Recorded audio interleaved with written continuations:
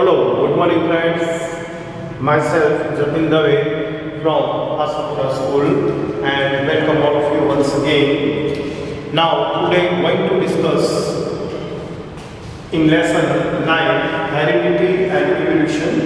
This is our continued third explaining video, and particularly this video we are going to discuss article 9.2.2 rules for inheritance of traits. Rules for inheritance of traits and Mendel's contribution. Rules for inheritance of the traits and Mendel's contribution. लेकिन इस बात को शुरू करने से पहले हम कुछ टर्म्स क्रिएट करना चाहते हैं, आपसे शेयर करना चाहते हैं। जैसे कि आप जानते हैं प्रीवियस वीडियो में हमने आपसे एक पर्टिकुलर एक्टिविटी शेयर की थी, activity 9.1, and the aim of the activity is to suggest rule for the inheritance of the earlobe type, and then we see that expressions of the free earlobe is observed more in the number of our classes, and this is the type of the earlobe heredity which is shown here. We show that where the free earlobe is the dominant and attached earlobe is the recessive expressions. So now we discuss what is the dominant and recessive traits. Traits का मतलब होता है लक्षण। तो dominant लक्षण क्या है और रिसेसिव लक्षण क्या है, ये हम सबसे पहले इस वीडियो में क्लियर करेंगे। डोमिनेंट का मतलब होता है प्रभावी और रिसेसिव का मतलब होता है लक्षण। A trait which expresses itself in the presence of its contracting trait is termed as the dominant trait, whereas recessive trait remains unexpressed in the presence of the dominant one.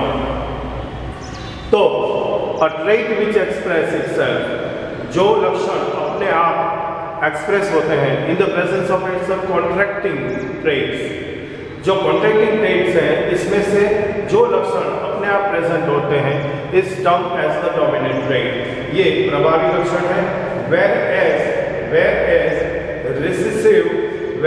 recessive trait remain unexpressed, ऐसे लक्षण जो unexpressed रह जाते हैं, मतलब कि जो व्यक्त नहीं होते in presence of the dominant one, तो इसे presence of the dominant one कहा जाता है।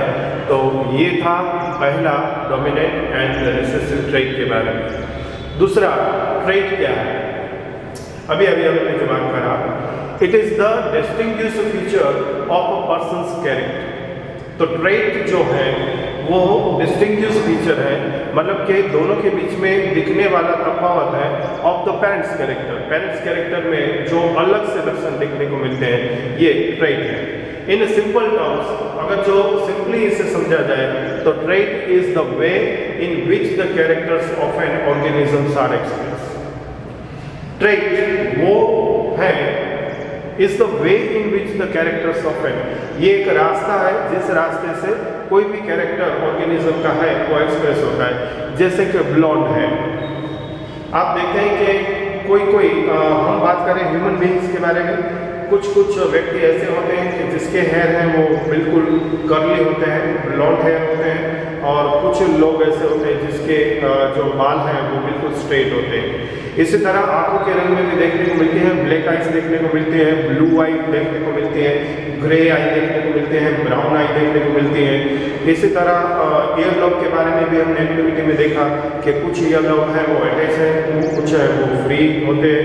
कुछ एक कि हमें ये देखने को मिलती है ट्रेट्स टॉलनेस के बारे में, कोई व्यक्ति है वो ज़्यादा टॉलनेस के साथ, मतलब कि ज़्यादा ऊंचाई के साथ देखने को मिलता है। तो ये सारे ट्रेट्स हैं। It is the distinguish feature of the person's character, and a simple term trait is the way in which the characters of an organism are express. तीसरा ऐसा वर्ड है factor, the unit in which responsible for the heredity, ऐसा unit जो responsible है heredity के लिए और regulating the expression, या फिर जो व्यक्त होता है कोई भी कैरेक्टर्स उसको रेगुलेट करने के लिए, नियंत्रित करने के लिए जो जरूरी है उसे फैक्टर कहा जाता है। Factor is responsible for an expression of the trade. Factor है वो रिस्पॉन्सिबल होता है एक्सप्रेशन ऑफ ट्रेड के लिए। Are always in a pair, और हमेशा ये एक पेयर में देखने को मिलता है। The factor as suggested by the Mendel is known as the gene. तो मेंडल के द्वारा जो फैक्टर सजेस्ट किया गया था उस फैक्टर को जीन्स के नाम से जाना जाता है इन द मॉडर्न जेनेटिक्स। और मॉडर्न जेनेटिक्स में हम इस फैक्टर वर्ड को जीन्स के नाम से जानते हैं। So factor is responsible by the is represented by the English alphabet. और ऐसे जो फैक्टर्स होते हैं उसके मतलब कि जीन्स होते हैं, इसे English alphabet letter through express किया जाता है। तो ये 3 वर्ड्स थे जिसे हम फिर से एक बार रिपीट कर लेंगे, क्योंकि आगे हमें जो मेंडल्स एक्सपेरिमेंट्स देखने हैं और साथ में इसके रिजल्ट की डिस्कस करनी है। और इस तरह से मेंडल्स कंट्रीब्यूशन की जब बारे में बात करेंगे तो डोमिनेंट एंड रिसेसिव ट्रेट्स या फिर ट्रेट या फिर फैक्टर, ऐसे वर्ड्स बार बार हमारे सामने आएंगे। और ज़रूरी है कि ऐसे वर्ड्स जब बार बार हमारे सामने आए तब हमारे पास इसके बारे में कंप्लीटली अंडरस्टैंडिंग होना चाहिए। तो फिर से एक बार रिपीट करते हैं, what is the dominant and the recessive trait. A trait which expresses itself in the presence of its subcontracting trait is a term as dominant trait, whereas the recessive trait remains unexpressed in the presence of the dominant one. Second, what is the trait? It is the distinguishing features of the person's character. In simple terms, trait is the way in which the characters of an organism are expressed. For example, blonde hair, blue eye, attached earlobe, tallness, etc. are the traits. What is the factor? Third point, the unit in which responsible for the heredity or regulating the expressions of a character is called a factor.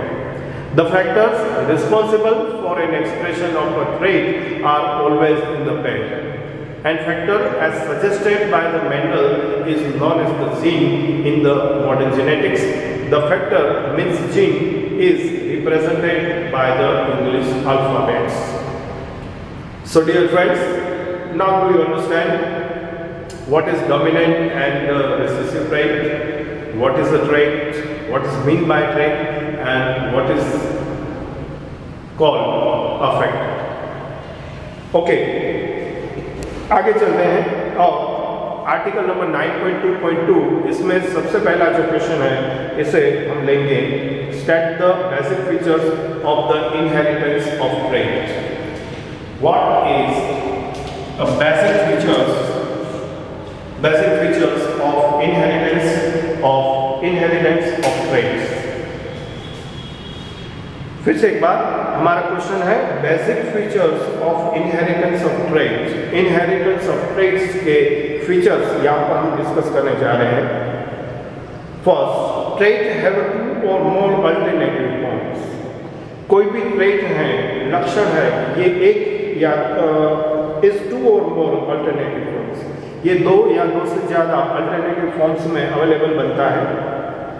जैसे कि हमने आगे ही discuss की dominant and recessive trait के बारे में। दूसरा, specific factor means jeans control specific trait. कोई खास प्रकार का जीन्स है, कोई खास प्रकार का फैक्टर है, ये कंट्रोल होता है स्पेसिफिक ट्रेट थ्रू।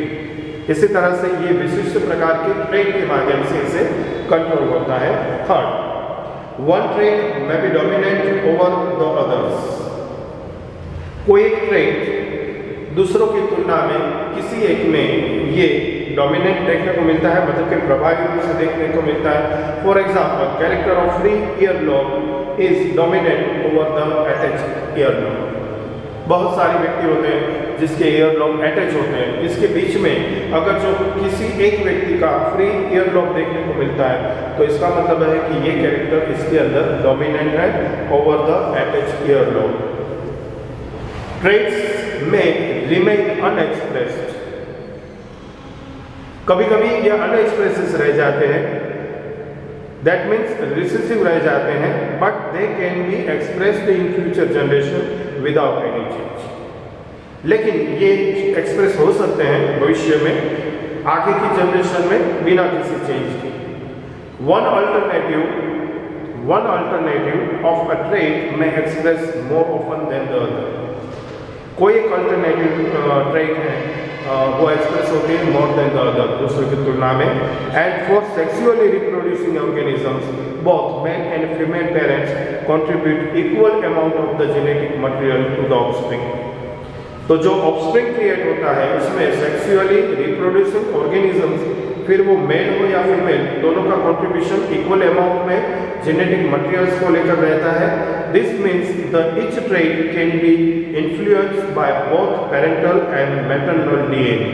इसका मतलब ये हुआ कि ऑफस्प्रिंग के अंदर जो भी कैरेक्टर्स एक्सप्रेस होने वाले हैं, उस एक्सप्रेस होने वाले कैरेक्टर्स के लिए अमाउंट ऑफ जेनेटिक मटेरियल्स दोनों ने एक साथ कंट्रीब्यूट किया हुआ है, और इसलिए दोनों के पास से देखने वाली ट्रेट जो है वो एक ही तरीके से इफेक्टिव बनती है, इन्फ्लुएंस इसकी असर देखने को मिलती है समान रूप से, फिर वो पेरेंटल हो या मैटरनल डीएनए के साथ जुड़ी हुई हो।